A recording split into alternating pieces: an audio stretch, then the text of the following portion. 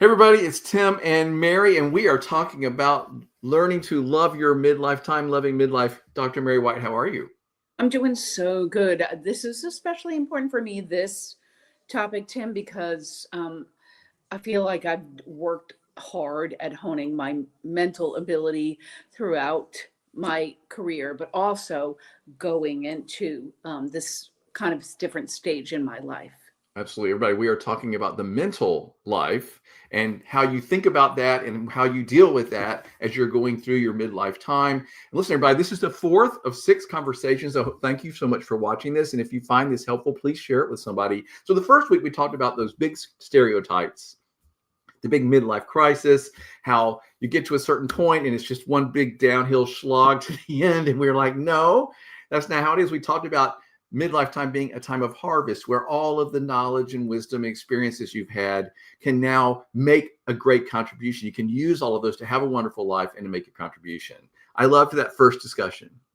I loved it too, Tim, because really it's just a matter of reframing. And we've spoken about reframing many, many years, 25 years. We've spoken about you got to reframe things a lot of times and sometimes think about something a little bit differently. So that's why I love that too. Right. And the midlife time is the time to really do a good job of reframing everybody, because I don't want the last third of my life to be sad and depressing and unproductive. I want it to be when I harvest and have the most fun and get the most out of all the work that I've Sure. done. I want to do that. So the second week we talked about the physical life, which of course really resonated with me, talking about um, not being a slave to your body image and what the world thinks of you, but making your body useful as opposed to worrying about it being youthful. And I love this concept, Mary, of what do you want to be able to do when you're 90 physically? And then you need to start planning for that now. And I loved that concept. Yeah. What a like a mind blown concept. Like, yeah, okay. Yeah. I probably could take a walk around the block, or I probably could take a lap in the pool and things like that. Like, cause you want to be able to move when you're 90.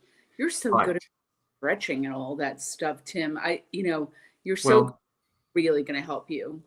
Well, I think so, and I don't do as well as I ought to some days, but it's like I really do think about that. Well, I want to keep my mobility, I want to keep my strength. I don't want to. I want to keep my balance. I want to do all these things I can to so I can have a happy, successful physical life all the way as long as I'm on this plane of existence. Then the Sure. third week we talked about the emotional life, and I love this idea of living on a more even keel. I realize that as I go through more and more experiences and live my life, I can see things from a bigger point of view. Things I don't have as many ups and downs. I'm a little more of an even keel. I love the idea of that being one of the benefits of getting older.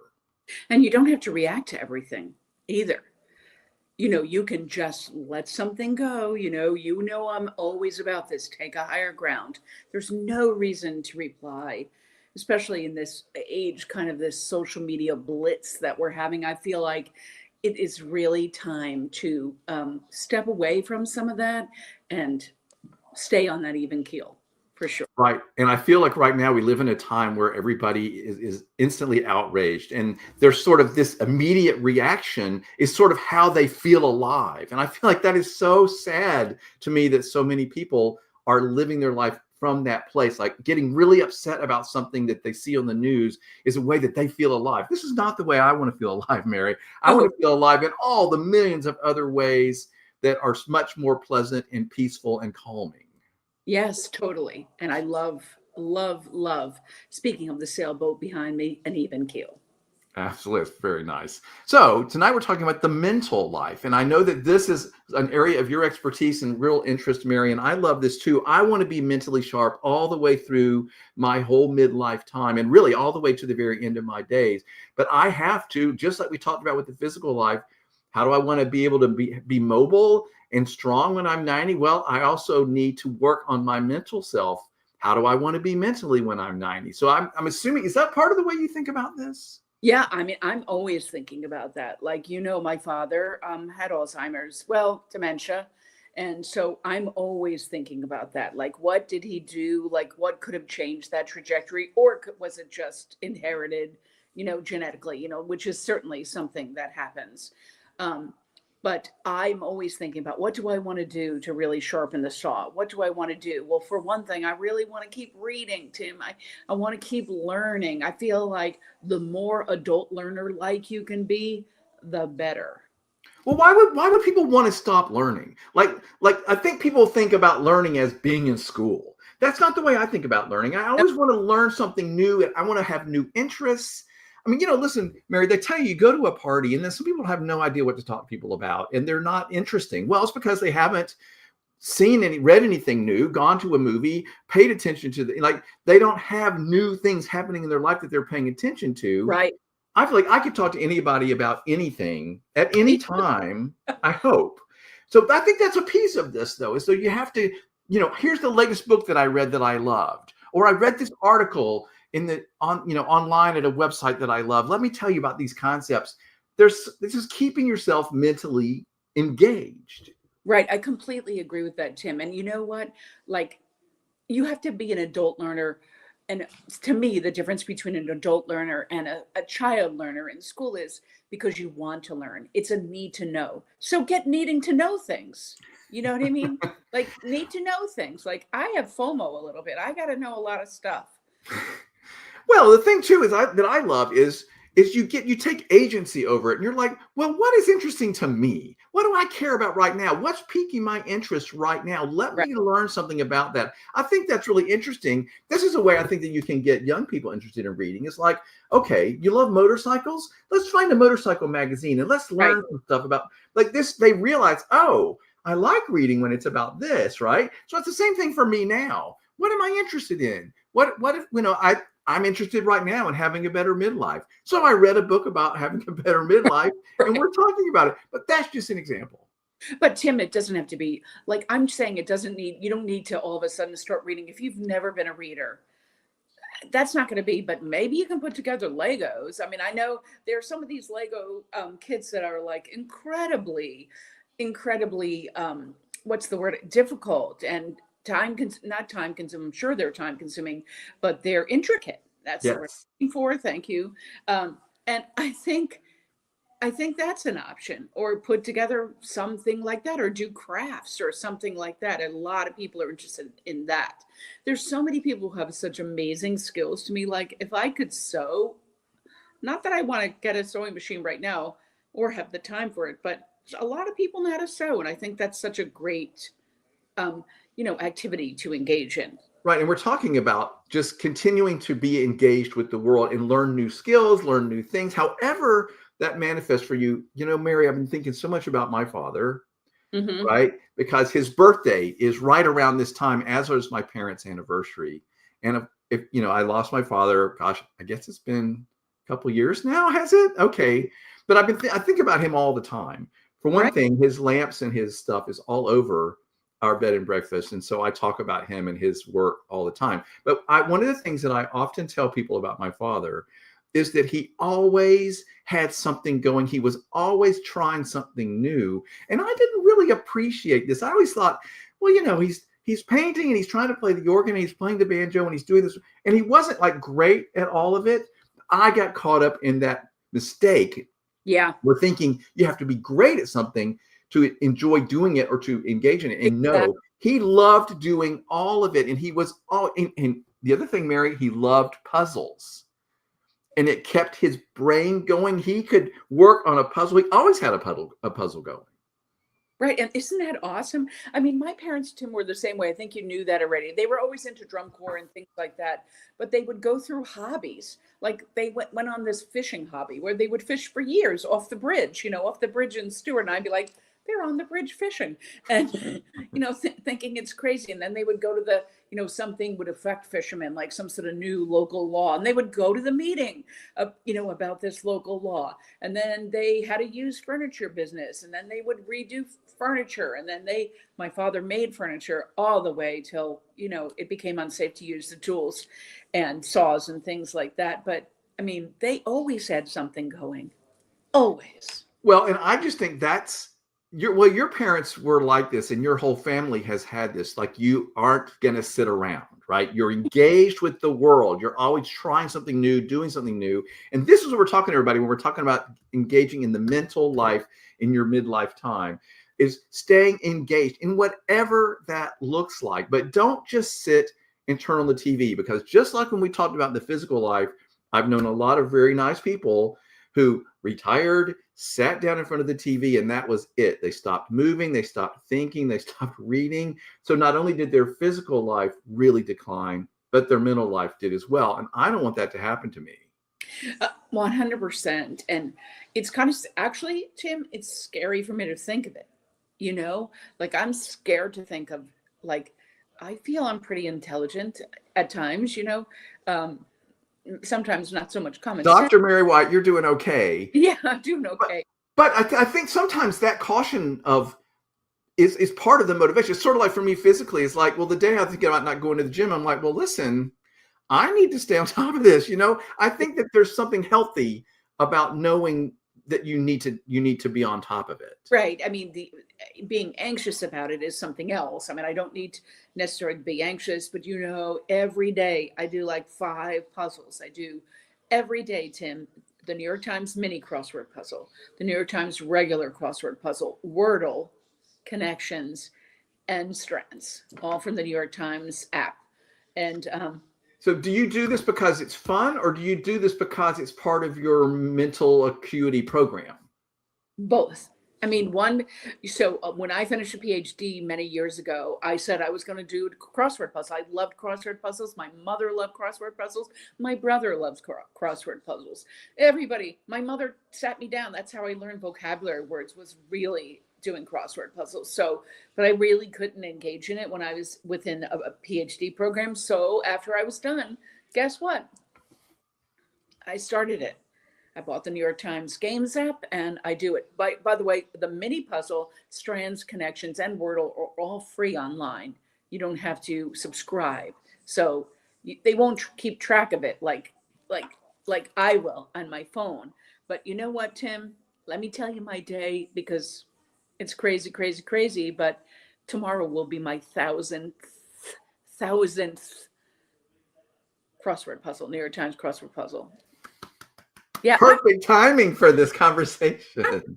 like it's so stupid, and sometimes I have to have a little bit of scaffolding or an assist, It like doesn't matter, but you're engaging, right? You're challenging yourself. You're doing something mental each day. I have this little puzzle app that my husband got me turned on to, and I do this little, and it's kind of like a crossword puzzle where it gives you the letters. letters, I and do that. then you have to figure out, make words out of it. And I'm like, okay, I'm going to do this every morning. And sometimes they're really hard, and I'm like, this is good for me, and it's a way that I sort of start my day. Right. That's the way I start my day too. Like I can, and sometimes it takes me, like if I have a 5 minute break and I'm still doing the puzzle, I'll do it. And then I come home and have dinner, do something, and then whatever, and then do a little bit more, and it's eventually done. But the idea, everybody, is figure out what is interesting to you. How do you want to engage? But keep yourself engaged. Keep learning, keep reading, keep finding out about stuff, keep trying new things, try new hobbies.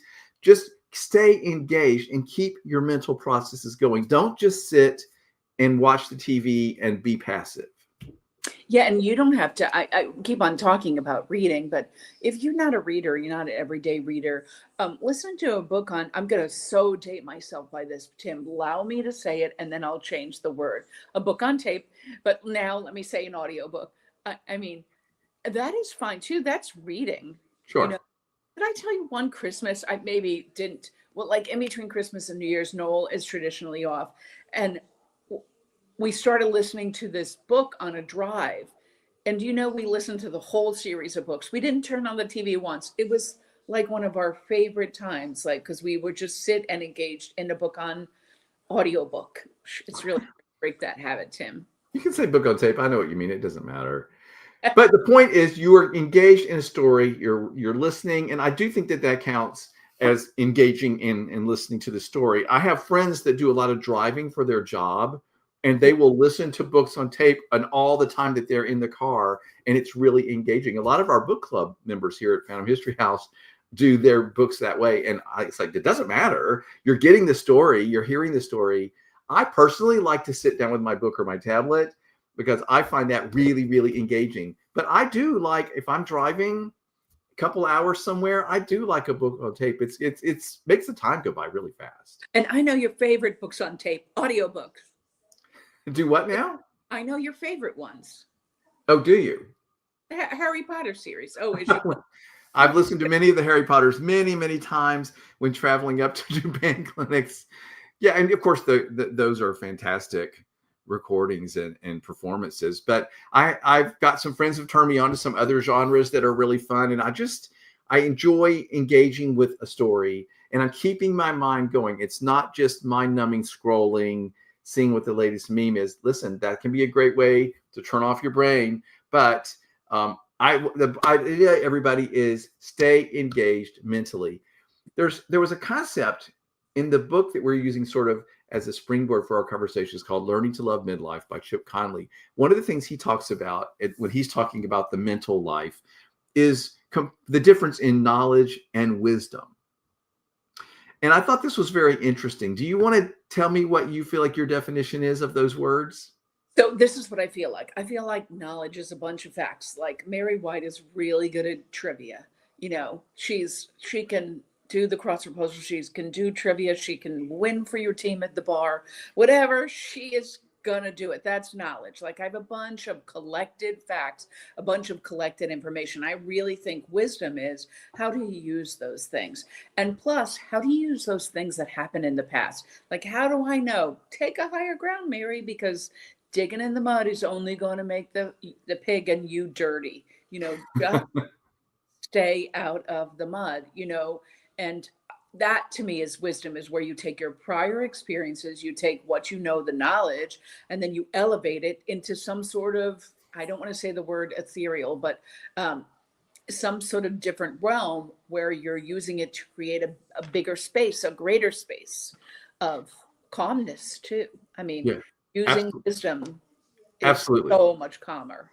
So there's a couple quotes that I liked that were mentioned in the book. One is, knowledge is in your phone, wisdom is in your gut. Well, gosh, why didn't I say that too? Well, it's okay, but it's very concise. Somebody had time to sit down and think that through. And here's another quote from a man named John Dewey. Information is knowledge, which is, do what? John Dewey. He's a very famous, well, people in education know John Dewey because he's like the learning by doing guy. Right. Not decimal, by the way. Right. That the philosopher guy, right? Yeah. Okay. So here's what he said. Information is knowledge, which is merely acquired and stored up. Wisdom is knowledge operating in the direction of powers to the better living of life. Yeah, that's why I said it. It takes on a different kind of, ethereal is the wrong word, but it takes on a different meaning to help you move forward rather than just stay back there, Right. And there's another concept around this I thought was really interesting. It's the concept of patterns, which is something that you get with experience and time. And here I'm going to read this quote. The longer we've been on the planet, the more knowledge and experience we've accumulated and the more patterns we've seen. These are the raw materials for wisdom. By midlife, we're experts in the school of life. We've become masters at pattern recognition. We can connect the dots faster and more effectively. I felt like this was a really great way to sort of describe this whole mental. It sucks. It wouldn't be a podcast without Socks walking across. You had to have a cat up here. So I do like this idea of recognizing patterns, because I feel like that is it reminds me of the conversation we had about emotions and being less emotional. It's like, I've been here, I've seen this play out before, and recognizing those patterns of how things work is a mental process. But I feel like that's how you get to wisdom. I think that's the concept. That's how you get to wisdom from knowledge. And you can really you can get into bad patterns, Tim, that cause maybe toxicity or something like that, where it's not, leading you to that. So really those patterns, and it reminded me of the emotional life one too, because it's all about, hey, we've done this before. We don't need to do it again. Let's break this cycle. And there we go. We're just going to walk right across there. It doesn't matter. But I like this idea, Mary, of wisdom being I have all this knowledge, but then when I recognize the patterns and I put it in a bigger context from my Yep. whole life of experiences, that's where it becomes wisdom. I love this whole idea. He agrees. There's another quote I really love that he mentioned about this by Steve Jobs, of course, who we all know and I We know. admire greatly. By the way, his autobiography is fantastic. Um, you cannot connect the dots looking forward. You can only connect them looking backward. Wow. Why am I not coming up with better quotes like this? Is No, you did great. But I he's think this is a really great idea. It's like as you have the more and more years of experience to look back, it's much easier to connect those dots because you have been through so much and you know how things connect instantly. Like I've been there. I mean, even things going on in the news right now, and I'm like, oh, well, I know how this is going to play out, and I know how this is going to go over here because we've been here before. I've yeah, seen these patterns play out, and of course, the whole thing about if you don't learn your history, you're going to repeat it. And this is what I feel like we're constantly doing these days. yeah, and not it's often attributed to Winston Churchill, but probably not him. But that's a fact I have. Tim, that's a little tiny piece of knowledge. But anyway, yes, I completely agree. Like you learn to look at those patterns and often not repeat some of them, but really take those patterns, been there, done that, bought the t-shirt, time to move on. Right. And as you mentioned before, it's also recognizing patterns that did not serve me well in the past, right? Well, here's a stupid mistake I did before. Maybe I don't do that again. That is wisdom coming out to play because I'm like, okay, I have done this before. I recognize that pattern. And I think I've said before, even on these conversations, one of the real breakthroughs for me in my life was when I started to recognize these negative patterns, these negative habits. And as soon as I got where I could see it and recognize it, Yeah. it took all the power away from it. So no longer did I spiral down, but I was like, oh, there's that thing I do. I recognize this moment. I recognize this habit. I recognize this pattern. And that was so powerful to me because no longer did that, oh no, I'm about to go down this spiral. I stopped going down the spiral because I could back up and see it for what it was. And I was like, oh man, I don't need to do that. I Yeah. know where that's going to take me. Maya Angelou says, when you know better, you do better. It's fantastic. Yeah. So this is a mental thing, everybody, because you've been there, you have the knowledge, you have the experience, and then you start to see the patterns and you start to recognize things. This Hmm. is one of the great things about getting to your midlife time. This is one of the gifts of getting older, is that you can take all of that experience and knowledge and turn it into wisdom and not make the same mistakes over and over, and hopefully help guide other people. Share your one of the things they recommend you do is share your wisdom with other people, with young people in some way. This is sort of what we're doing right now, right? Like the idea is let's share some of these things we've learned and maybe somebody will find this and want to watch this and get something out of it. It feels good for me to share some of the wisdom that I think I might have accrued. Right. Is don't get oversharing or don't. I mean, people have to welcome that, but Of course. you know, many people, if I have done talks about leadership and things like that, and people appreciate that I'm sharing, what I've learned by my mistakes, as well as the patterns, as well as anything that I've gone through. Yes, I mean, you know, Yeah. uh, it's good to share. And this is why we like to read or listen to an audio version of a book that is someone has shared their knowledge and their wisdom, and they can tell you, okay, well, here are things I learned that really helped me. I love reading sort of self-help kind of books. I do read a lot of those because I find them very, very helpful and interesting to me. I just finished reading Ina Garden's "Be Ready When the Luck Happens." Say it again. Ina Garden, do you know who she is? Mm-mm. Okay, well, Ina Garden's on the Food Network, and she had a show on the Food Network called The Barefoot Contessa. It's Oh, very She was on in Southampton. Well, she wrote an autobiography recently. It's called "Be Ready When the Luck Happens," and I just thought it was terrific. It didn't take me long to read, and she really talks about that all her experiences and all her knowledge and all her wisdom. She was ready to go. Like when something big was going to happen, she was ready to go because I mean, it was kind of lucky that she got there, but in some ways, but she really did use everything she had learned and she was reaping what she sowed for sure. So it's very good. Isn't that quote, luck favors the prepared mind? Yeah, I've not heard of that, but I love it. But I mean, this is the whole thing. People say that it's luck, but like you have to be ready to take advantage of this opportunity when it's lucky enough to show up, but you've prepared yourself. Like, because somebody else could have the same lucky break happen, but they're not ready. They haven't done the work to make themselves prepared in all the Hmm. different ways that we're talking about in this series. And so I think this is what a lot of people attribute to luck. You know, oh, there's this Broadway star. They get this lucky break. No, they've been working at their craft for years and being ready to step in at that moment. You have to do the work to be ready to take advantage of that lucky break. Correct. I always think about that when people talk about singers. Oh, they're not a good singer. Do you know how hard they work to get there?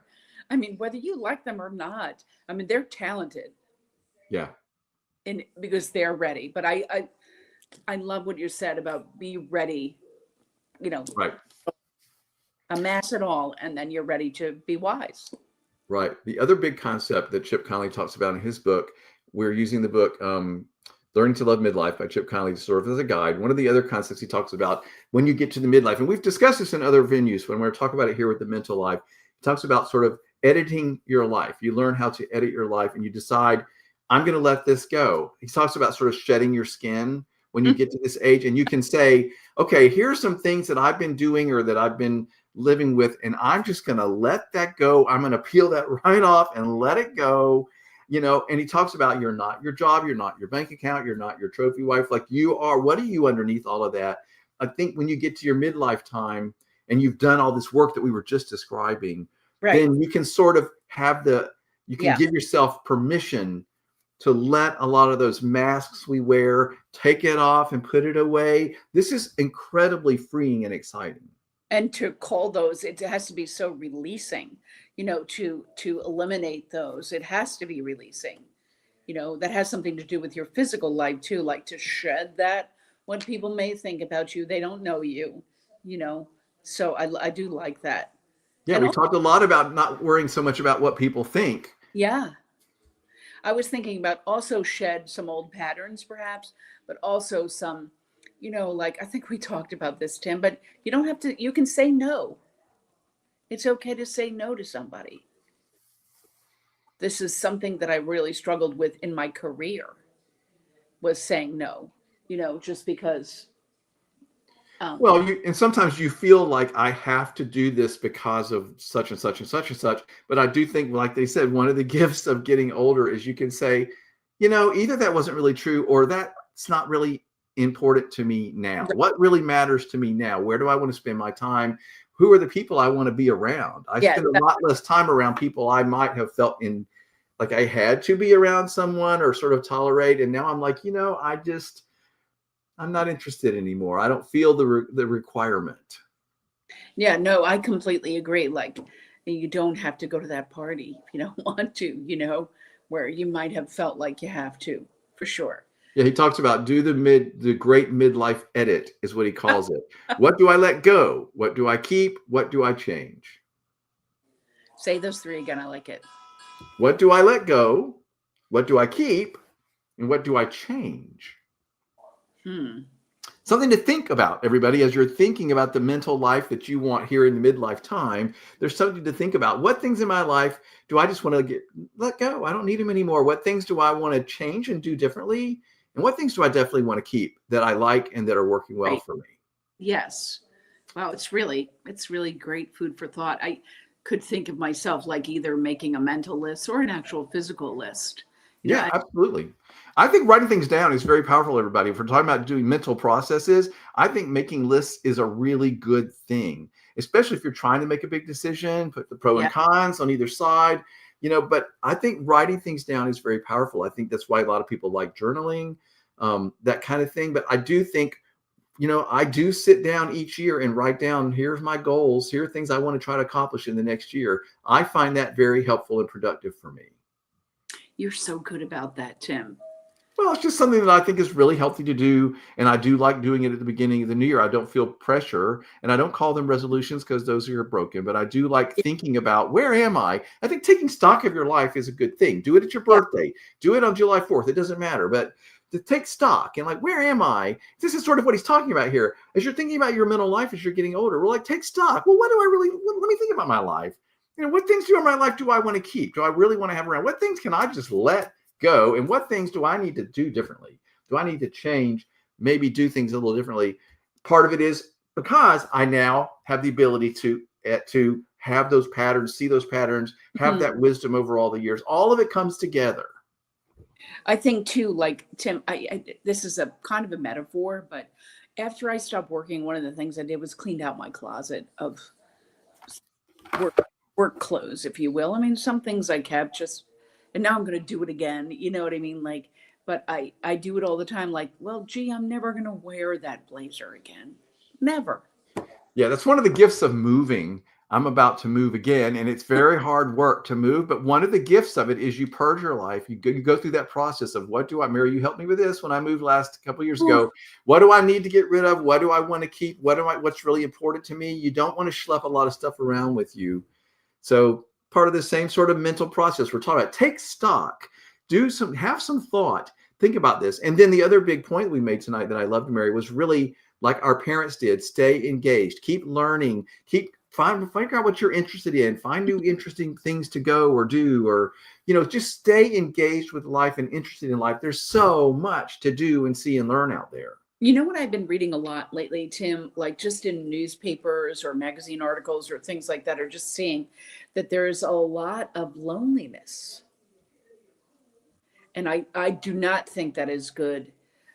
You could be around a lot of people and be lonely, but I think there's many people because they've lost spouses or whatever who are alone.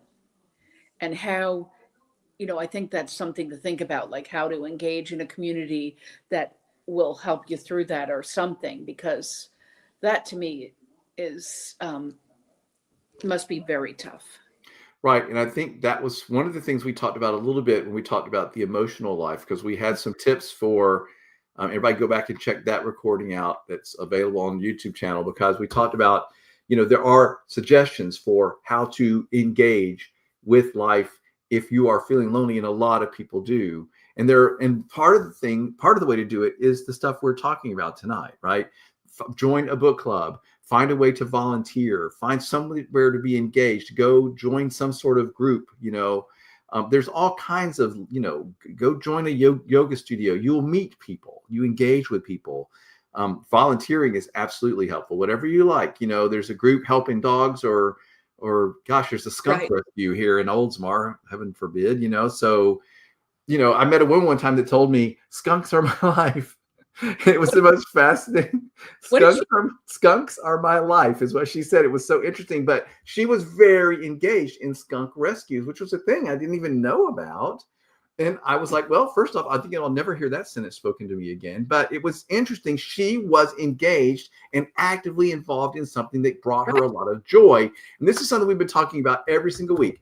This is the bottom line, everybody. Figure out, do some thinking, what actually brings you joy, right? If you're trying to stay physically fit, what way of doing that brings you joy? And then do it.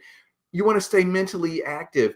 What brings you joy? Is it reading? Is it doing puzzles? Is it going to a book club group? It's whatever it is, stay mentally engaged. Read that article, study that thing over here, take an online course. There's tons and tons of ways to do it. Talk to your neighbor, Yeah, right? Be a good neighbor. Absolutely. We always talk about being kind too. So that's always a way to stay engaged, for sure. Yeah, that's sort of like the bottom line of all of it is be kind, and is what I'm doing loving, right? Is it a loving thing to do? And if it's not a loving thing to do, then you need to stop and rethink. And that's true of everything in our world that we see happening around us. Just ask yourself, is that a loving thing that I see that person doing? And if it's not, then it's not honorable, and there's something wrong about the way they're thinking and acting. Then I want to make sure that the way I'm moving through the world is bringing me joy and is loving toward others. So that can sound cliche, but that is really the thing I've been thinking a whole lot about lately, Mary, because it's the way that keeps me grounded, right? What can I do that's loving if I see things around me that aren't? I love that, Tim. I love it for sure. How are you being useful? Yeah, yeah. This is the bottom line: is stay engaged. Everybody, don't turn off. Keep yourself going. Just like we talked about. What do I want to be able to do when I'm 90 physically? What do I want to be able to do when I'm 90 mentally? I want to still be sharp and engaged and be able to have a great conversation and read a book and go on that trip and all the stuff. And you think about that. You need to think about that now as you're in your midlife time and start to work toward that. And then, Mary, it doesn't become a chore, but it becomes sort of like an exciting adventure. Like, okay, I'm going to keep myself physically fit because I have all these things I want to get to do, right? As Yeah. opposed to, oh, I got to go to the gym one more time. You want to walk in the Roman Colosseum, you know. You bet I do, and I'd be happy to do that when I'm 90 years old. Why not, right? I Yeah. want to be able to ride in a gondola down in Venice, like it's the most wonderful thing in the world. I want to be able to step into that gondola, right? So I've got to stay physically active, and I want to be able to read the greatest novels in the world. I want to be able to read my Dickens novels all the way through my life. So I need to stay engaged and keep doing that. There's example after example. Everybody figure out what it is for you, right? Whatever it is, everybody's different. The world is full of millions of interesting things and ways to do stuff, but figure out how to stay engaged. Mary, what would you want to say as we're closing this conversation about the mental life? Okay, so I really love this one, Tim, this particular episode of this, but I do think it connects to all the other episodes that Sure. to go back because I'm really making some connections about all of it and really seeing it as a big circle and a big process. So I think it has value to really go back. And they're short, they're not very long, and to really think and make connections on connections on connections and really build a good, thorough understanding of some of this stuff. And it's really been helpful. Which is the way that we describe wisdom happening, everybody. You find those patterns, you take the knowledge, and then you do something with it. You find those patterns, you make bigger extrapolations. Mary, I've loved this conversation with you. I knew that you would be wonderful talking about the mental life. I love how you are. I love the way you engage with life. I love the way you use your mind. And I love how you're sharing that. And thank you for doing that with me tonight. Oh, Tim, stop. Don't stop. Thank you. Thanks everybody for watching. The next time we're here in 2 weeks from now, actually it's going to be 4 weeks for the next one. We're going to be talking about the vocational life, which is going to be very interesting. Thank you, Mary. I loved this.